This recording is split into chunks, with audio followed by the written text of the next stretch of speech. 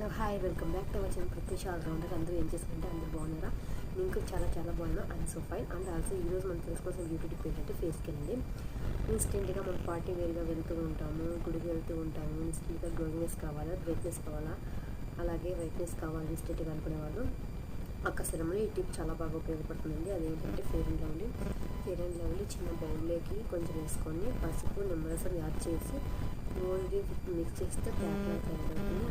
ఆ ప్యాక్ని ఫేస్కి అంతా అప్లై చేసుకోండి. అప్లై చేసుకున్న 15 మినిట్స్ తర్వాత వాష్ చేస్తే వేడి నీళ్ళతోనే కోల్డ్ వాటర్తో వాష్ చేస్తే ఇన్స్టెంట్గా బ్రైట్నెస్ ఉంటుంది, వైట్నెస్ వచ్చేస్తుంది. తప్పకుండా మీరు ట్రై చేయండి.